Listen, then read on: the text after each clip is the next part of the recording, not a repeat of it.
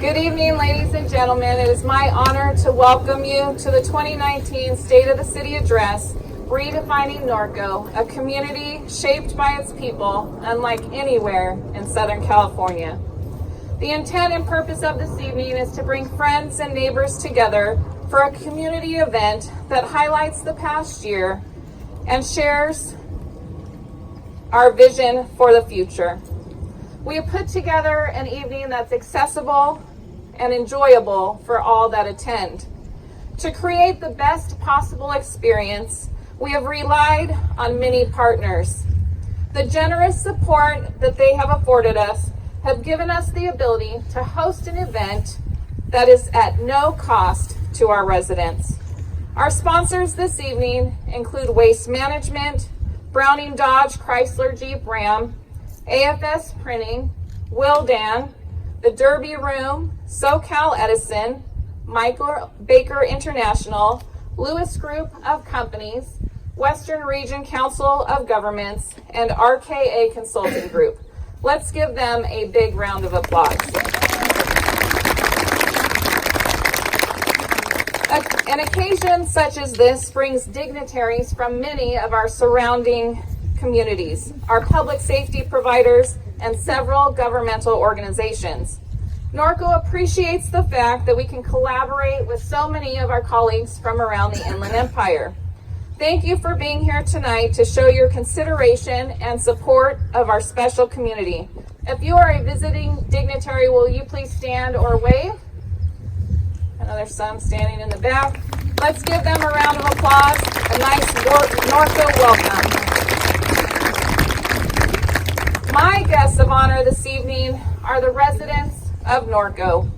We're a motley crew of individuals who, since the very inception of our community, have been folks who dream big, work hard, take on challenges with boldness and courage, and who never give up. Norco residents, please give yourselves a round of applause. And a special thank you for sitting out here with me outside. I really appreciate it. Tonight we come together as a community to reflect on the past year, celebrate our successes, contemplate our challenges, and to strengthen our resolve. Throughout this evening, I will ask you to reflect on your time here in Norco and consider how you will continue to contribute, making the city of Norco one of the most unique places in Southern California. To get this started off right, I'm going to need some audience participation this evening. If you would, please grab your cell phone, and you're going to go to the website on the screen. In case you can't see it, it is www.menti.com. And when you get to that site, it's going to prompt you to type in a code. And the code is on there. It's 985017. And I want you to type in, when I say Norco, what do you think of? So I'm going to give you guys a minute. Yes, the code is 985017. And you guys will see the words will start popping up, things will start moving around. For those of you not familiar, the words that are typed in the most start to grow and get bigger. All of these words keep coming up. We can see the biggest words up there: horse, horses, loyalty, country, family. And again, horse and horses are the biggest words on the screen. Is it surprising to anyone that words like horse and horses are the biggest words on the screen? It certainly doesn't surprise me. Norco is known as Horsetown, USA. It is our trademarked brand and something we are certainly proud of. As residents of Norco, we're appreciative of our large lots, the iconic horse trails, and extensive parks. Those things give us room to plant a garden, an area for our children to play, space for our hobbies, and an opportunity to have all types of animals in our backyards. Our quality of life is enhanced because of the very foundation of our lifestyle that promotes city living in a rural atmosphere. If we were to pose this very same question to non-residents, we could assume that the answers would be quite similar. However, I would argue that there could potentially be a few other words added to the list. Words like dirty, uneducated, and redneck. As a resident of Norco, I see those terms as a lack of understanding of our community beyond the surface of our equestrian community. How do we peel back those layers of our community so others can see the depth of spirit and complexity that comes from our little town? I believe we must start with ourselves. Do we exhibit those unfavorable traits that others see? Sometimes, yes, we do, but often we do not. Those words are stereotypes that are perpetuated by misunderstanding and misinformation. I would make the case that often the heart of our town isn't on display as one heads down 6th Street to attend the rodeo or jumps on Hamner off of the freeway for a soccer game. It's much deeper than those few blocks. The people of Norco are a surprisingly diversified group of folks. We come from all socioeconomic levels, a variety of educational backgrounds, and we are an assorted group of ethnicities. In fact, according to the 2010 census, we are 57% white, 33% Hispanic, 4% African American, and 4% Asian. 21% of our population are under the age of 18, and 13% of our residents are over the age of 65. 13% of Norconians are foreign-born, and languages spoken in Norco include German, Vietnamese, Arabic, Spanish, and Greek. 81% of our homes are owner-occupied, one of the highest rates anywhere in the state of California. The median household income is $92,000 a year, which is also one of the highest in the region. But 7.5% of Norconians live in poverty. We still have youth that are involved in equestrian activities, but we also have kids that love to ride their bikes and others that would prefer to get on a skateboard. There are kids in Norco that play a myriad of sports at Wayne Macon Field or Riley Gym. Yet others meet to design quilts and practice theater. Adult groups in town get together to coordinate horse rides. There are other social groups in town that go out jeeping for the weekend, others that head to the desert to play on their toys or go to the river, and still others that hang out in their garages working on lawnmowers that go faster than anyone would have ever thought possible. So why does all of this matter? Coretta Scott King is quoted as saying, "The greatness of a community is most accurately measured by the compassionate actions of its members." I have witnessed time and again neighbors helping neighbors, not for the accolades, not for the expectation of something in return, but only because of their compassion and their desire to do what is right. Neighbors have stepped up to help neighbors that have suffered tremendous loss from fire. Neighbors helping neighbors get sandbags in place during recent storms. Folks assisting others to get those giant weeds knocked down in between the rains. And complete strangers helping to reattach a trailer that dropped off the ball in the middle of 6th Street. And yes, I have seen it. In Norco, neighbors help neighbors even if they don't have the same point of view on items concerning our city. And I love that about this town. Acts of kindness, large and small, are witnessed in this town regularly. I think it's about time that we recognize and celebrate them as often as they happen.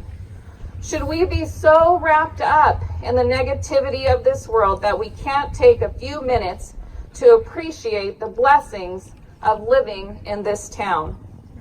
If I were to use Miss King's measurement, I would say that we live in a community of greatness. Local governments, or any organization for that matter, will face obstacles. While we face the same challenges that many of our surrounding cities face, there are unique circumstances that contribute to our abilities to solve problems in the same manner as our neighboring jurisdictions. Molière said, "The greater the obstacle, the more glory in overcoming it," and I couldn't agree more. I have always found satisfaction in accomplishing something that many said couldn't be done. In reflection on growth in organizations, it doesn't come from smooth sailing. It comes from facing challenges together, working for a common cause, and getting the job done. Norco has had several examples of overcoming great obstacles, and quite frankly, we do it every day. Our small but mighty city is powered by a staff of 54 people. You heard me correctly, just 54 full-time employees and 62 part-time employees.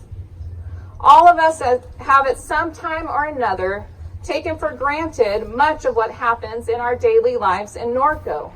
Behind the scenes, there are a few dozen folks who work to make sure that this city is operating and meeting the needs of the residents. They are making sure that our sewer systems work and that we have water to our house. They are paying the bills and making payroll. They are providing information, running facilities, and they are running recreational programs for residents of all ages. They are the backbone of this city, an incredibly talented group of individuals that operate one of the most efficiently run cities around. And we can't forget our partners that keep us safe each and every day, Riverside County Sheriff and CAL FIRE. Can we please give city staff and our public safety officials a round of applause?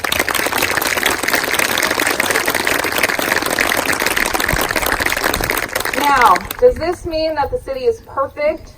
Does this mean we are not without room for improvement or without challenges? Absolutely not. Challenge number one for any city is going to be the budget, and Norco is not an exception.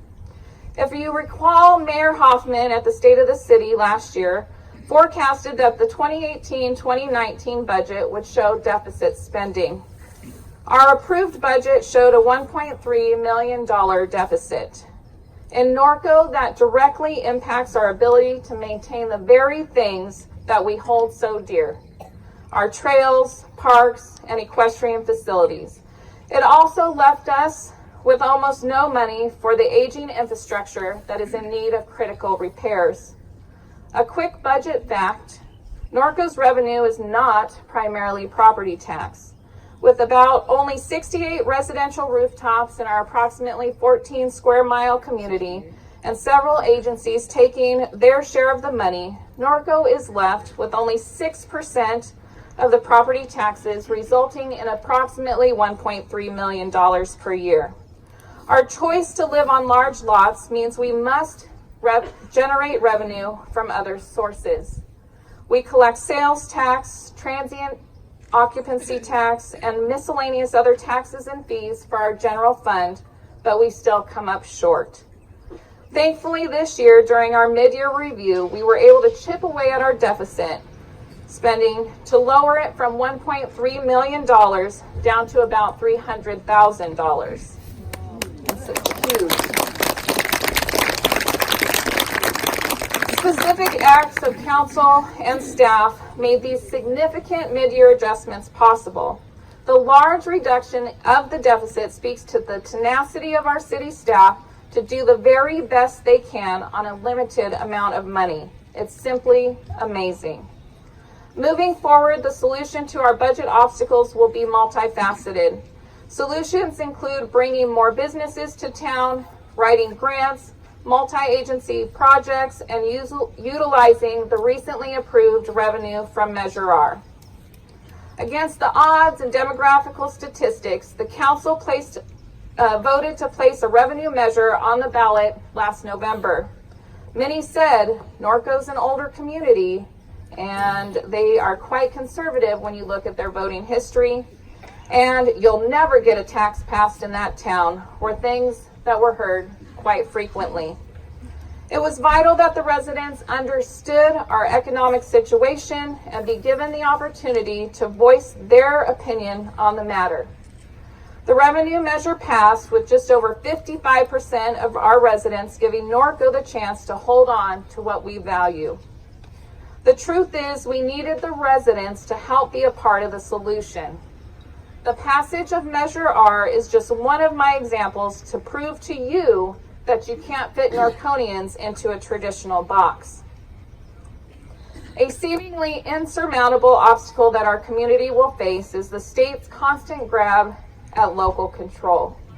Whether it's in regards to cell tower placement, cannabis, or housing, the state is continually trying to mandate what local jurisdictions can and cannot do.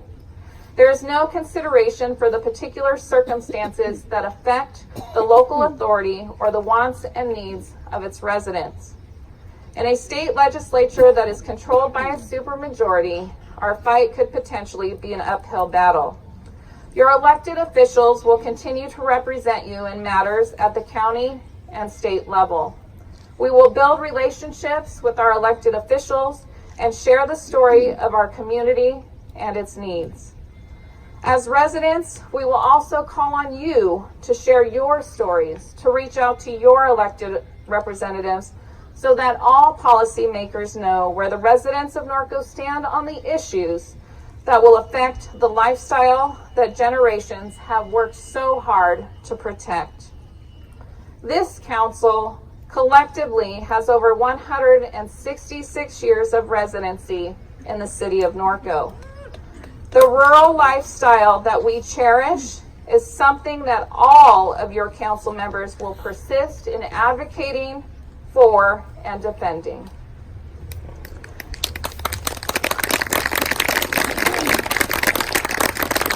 The last obstacle that I feel Norco needs to overcome is our infighting and seemingly unending discourse on social media.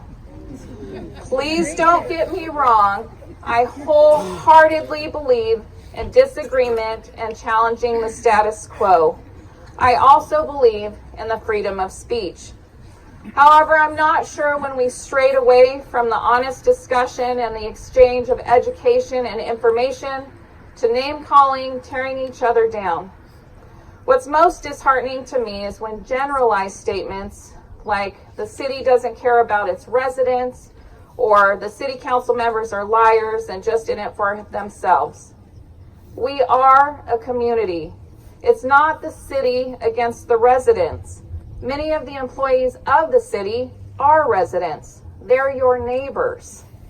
Decisions in the city affect them just the same as they affect you. All of your council members are residents of this city. We are your neighbors. We are your friends. And ultimately, we work for you. We listen to your input. We read your comments. We research. And we do our very best to make decisions that will be right for our residents today and the residents of Norco 15 to 20 years down the line. I want to let you in on a little secret. We're human too. We have feelings. We have families that live in town. We go to the grocery store and we fill up our cars at the same stations as you. The saying that sticks and stones may break my bones, but names will never hurt me, as much as I wish it was true, in a lot of cases, it's not. Words do hurt, not only those that you hurl them at, but also the people that love and care about that person too. Plus, it's always kind of awkward when we run into each other at the store. So, let's be mindful of how we share our frustrations and our concerns. I want to hear them. Your council and city staff want to listen to them, and we want to help find solutions. But concerns always come across so much more clearly when they're not intermingled with profanity, name-calling, and the occasional threats. A quote from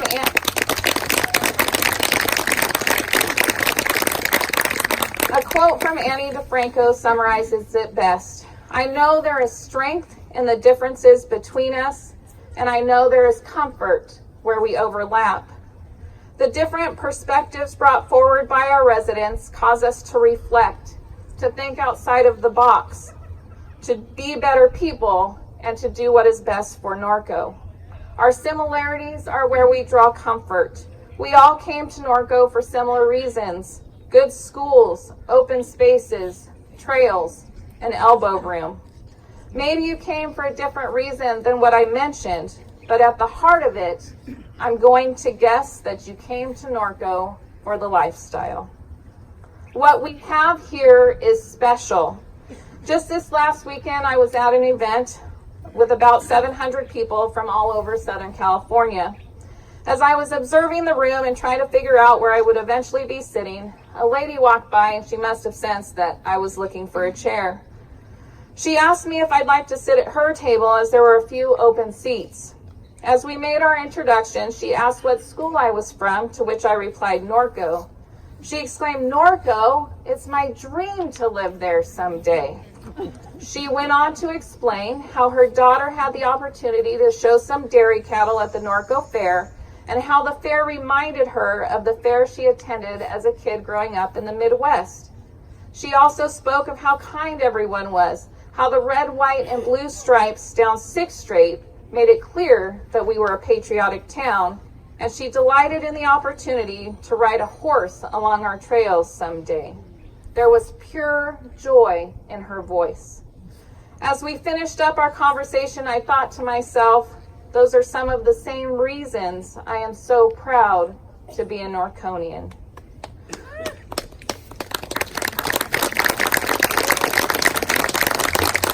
On Friday night, I had the opportunity to watch my son perform in the man pageant, so I know some of the younger people here were probably there as well. Yes, it was a good time. It was exciting, a bit embarrassing as the mom, and fun all rolled into one. I was glad that I could carve out some time to support my son and to watch him compete. And the crowd was entertained as 12 young men from Norco High School showcased their talents, performed a couple of dances, and put on a fashion show. It was really fun. The most moving part of the show, and I know you're thinking, man pageant, moving, Robin, does that really go together? But there was. It was when the young men were asked to answer questions about the city of Norco and Norco High School. Words like friendship, belonging, and family were mentioned over and over again. It's not a coincidence. Norco High School is a neighborhood school and a direct reflection of the community in which we live. One young man was asked, "What do you like best about living in Norco?" He shyly stood up and said, "Well, I don't actually live in Norco." The crowd fell silent for just a bit, and the young man continued, "But I go to school here, and I'm here in town all the time, and so I feel like I'm a Norconian." The crowd applauded, and he went on to say, "Norco is a place with nice people who care about each other. One Wednesday morning when me and my buddies went to Cowgirl Cafe for breakfast, there were 12 of us, and it was during PCT time. It's late start. For those of you that don't know, the kids get to sleep in or go to breakfast while their teachers are in meetings. The owner came out and he talked with us for a bit, and then he took off a portion of our bill. That's the stuff that Norco's about." I've grown up in Norco, and I can remember a time when the 15 freeway didn't exist. When it was time to head out of town for the family vacation, we headed down Hamner Avenue, driving through miles of dairy farms to catch the 10 freeway. I remember my parents taking us to the drive-in and laying in the back of the pickup truck watching a Star Wars movie. And then when I was in high school and finally old enough to go off campus for lunch, I remember going to Nip and Sip to have a burger. Yes, it's good days. I remember going out to the dairy farm to hang out at bonfires after a Friday night football game. And I remember when, if you wanted the town gossip, you had to go to the donut shop or get a copy of the Tumbleweed Tatler. Yes, those of you that have been around for a while will remember that one. My husband and I both attended Norco High School, and our first date was to Pat's Kitchen, and our second was the Country Junction. It's true, Norco's not like it used to be 25 years ago. But I tell you, that's okay. And I'm glad that Norco isn't the same as it was 25 years ago. While I miss those days and I look back on them fondly because it's made me who I am, the Norco of 25 years ago simply isn't sustainable in today's world. Norco's future includes diverse businesses, a mix of commercial, light industrial, and hospitality. The vision for Norco is one that welcomes people to town for events at George Ingalls Equestrian Event Center and Silver Lakes. We want visitors to feel how special our city is when they arrive and leave them with the desire to return for the next event. Maybe they return for the Norco Fair, Eco Crawl, Horse Week, a soccer tournament, or a veterans ceremony. No matter the event, the heart of service is always on display in this town through a variety of events that are offered by entirely volunteer organizations. These events are second to none.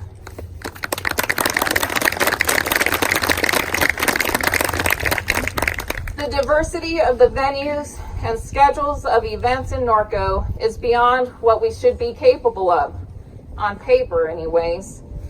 The potential of this city is unlimited. I'd like to share my council story with you briefly. A few years ago, I was approached by a council member and asked if I would consider running for council. I laughed and said no. The council member was persistent, and she recruited a school board member to encourage me to run for council. It would only be 2 meetings a month. Again, I said no. They kept up the push and recruited others to encourage me to run for council. I told them that I would pray about it and let them know. After several weeks of prayer and reflection, it was made clear to me that I should run for council. I thought that surely God was testing my faith and I would participate in the campaign process. There were questions of my ability to work full-time, raise kids, and be on council. Quite frankly, I questioned my own ability, but I ran an honest campaign and pressed forward with what I had been called to do. Election night came and went, and God continues to test my faith as I was elected to council in November of 2015.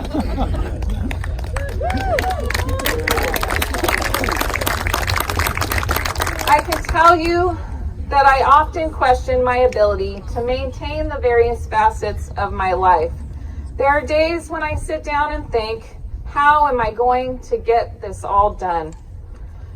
Or reflect on a week where meetings outnumbered the days in the week. I know that it is solely by the grace of God, the foundation of family, and the support of this community that I can serve on this council. Simon Sinek is an author and an expert on leadership. I have read many of his books and continuously find myself gravitating back to his book, Start With Why. The book asks us to flip the way we do business, or really anything for that matter. Take a look at this target. Mr. Sinek refers to this as the golden circle. In the center of the target is our why. Why is our purpose, our reason we do what we do. It's literally the center. It's our purpose. When we find our purpose, we find our center. As you move to the next ring of the target, we find how. The procedures, the policies, the methods. In that last ring of the target, we find our what. The product that you're selling, the goods being provided. I have often reflected on the application of the golden circle to the city of Norco. For so many years, we have touted Horsetown, USA, with our trails, our parks, our equestrian facilities, and our open spaces. Is that the center of our golden circle? I would contend that community, Norconians, are the center of our circle. Norconians are our why. A mixed group of people with a common cause to protect a special place in Southern California known as Norco. Our how is the policies, the budgets, the ordinances, and procedures that assure our lifestyle will be protected. The what is our miles of horse trails, our acres of open space that surround our community, a Veterans Memorial, George Eagles Equestrian Event Center, and arenas sprinkled throughout our community. Here's a picture of the State of the City flyer that was mailed to you and circulated on social media. I want you to look at it. As we quickly take it in, we see our traditional sign, the equestrian crossing. The sign is asking us to pay attention that there could potentially be folks on horseback in the area. It reminds us that we are home. It reminds us that we are in Norco. Now take a closer look. See the faces in the pictures. Look at the activities that the folks are participating in, and notice the diversity of the people. Those pictures were taken on random days in Norco. Kids riding their bikes, playing in the park, people at work, our community members gathered at special events in town, and kids riding a pony on the trail. This flyer wasn't by accident or arbitrary. It was intentional. The sign is our what. The people inside are our why. Our everyday, ordinary lives in Norco are the why. We need to stop taking for granted the special place that we live in. I am incredibly proud to be a Norconian today and every day. At the beginning of this speech, I asked you to give me one word that comes to mind when you think of Norco. For just a minute, I'd like you to reflect on the topics that I've touched on this evening. Is there a different word or another word that comes to mind when I say Norco? Get those phones back out and send me those words. Well, that's good. My lesson worked and you were all listening. Thank you.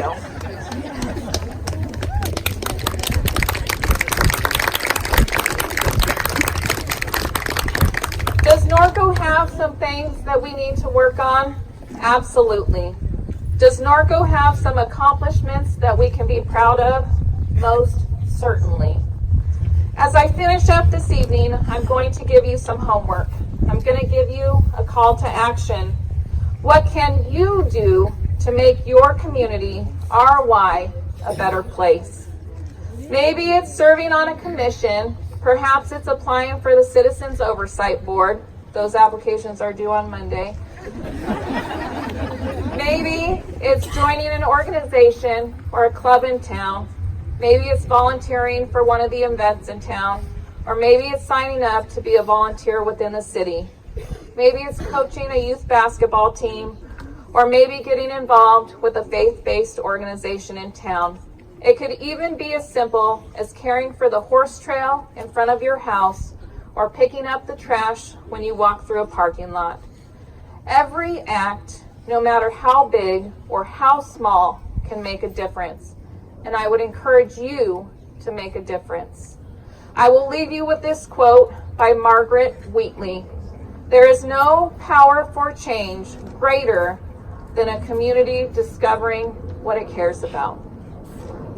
Ladies and gentlemen, thank you for your time this evening. Thank you for joining us at the State of the City.